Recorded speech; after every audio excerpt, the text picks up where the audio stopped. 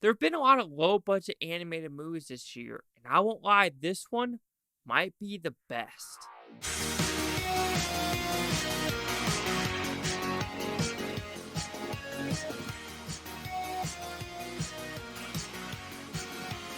Chase Liaki here with the Blue Futon reviewing the Canterville Ghost. So what's about? Pretty simple premise. An American family in 1900 moved to the UK and they are bringing electricity to the Europeans, which we try to help the Europeans as best we can because after 1776, they kind of went downhill. They still don't even have AC in a lot of their buildings and they don't have ice. Europe, what the hell? Anyway, is this ghost really that scary? Is this girl going to figure out how to let this ghost be free? And what will happen in the meantime? So, like I said in the intro, I've seen a lot of these, low budget animated films. The Inventor, this like Chinese Racer one. I know that's not called the Chinese Racer, but a lot of these other ones were just underwhelming. This one had a good message. It had some laugh out loud moments. I had more chuckles than I thought I was going to have. But you could say the animation is cheap. I completely understand that. But if you take away that animation and think about the story itself and some of the funness of it, I had a pretty fun time for an adult. Even though, would I watch it again? Probably not. So I'm going to talk about the positives. You have a pretty solid voice crew. You have like Stephen Fry, Freddie Highmore, Hugh, Laurie from House. You have a couple good people in this movie. It kind of felt like a Puss in Boots Last Wish, even though Last Wish was a superior movie on all fronts, animation, the story itself, but it's kind of the same story of death is around every corner. It is going to come for you. Don't squander your life away. Time goes by like this, and you got to figure out what you're going to do with it. And any movie that deals with that themes, it does make me think because I've seen time just completely stop for people.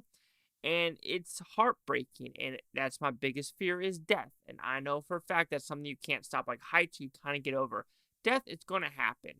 And it's hard for me to get rid of that fear because, every day I try not to sleep. I am not a sleeper. I do not like sleeping. And sometimes, it hinders me because I think if I'm sleeping my life away. And people are like, well, if you sleep more, the wrinkles will go away.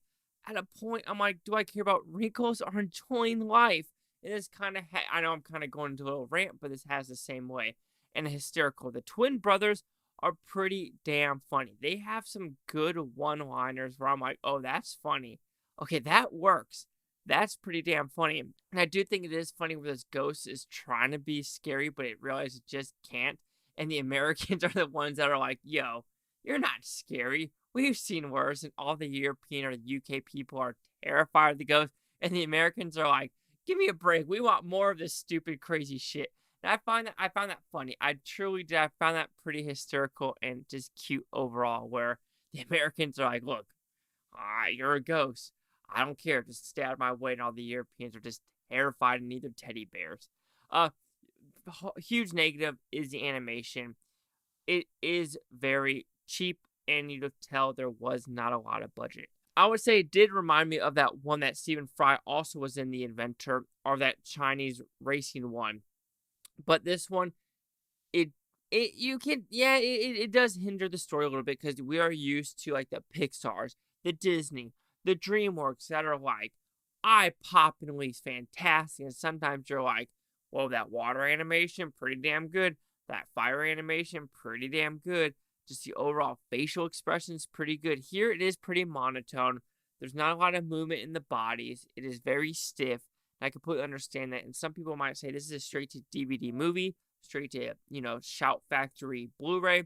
I completely understand that. You could say this should be like one of those Barbie movies that just comes and goes.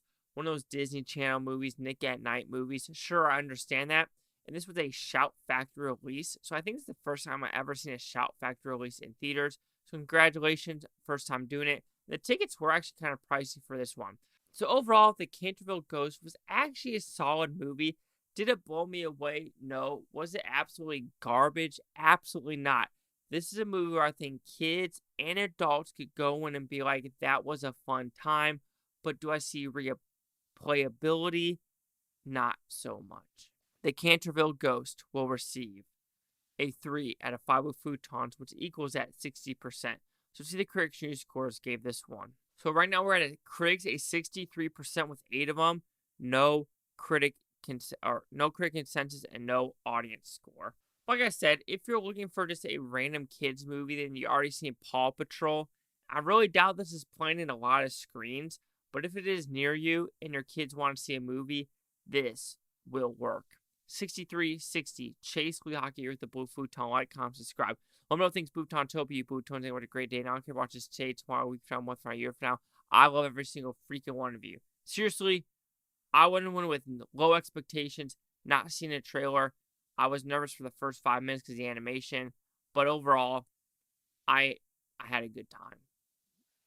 No cap, right? Is that what the cool kids say? No cap, son.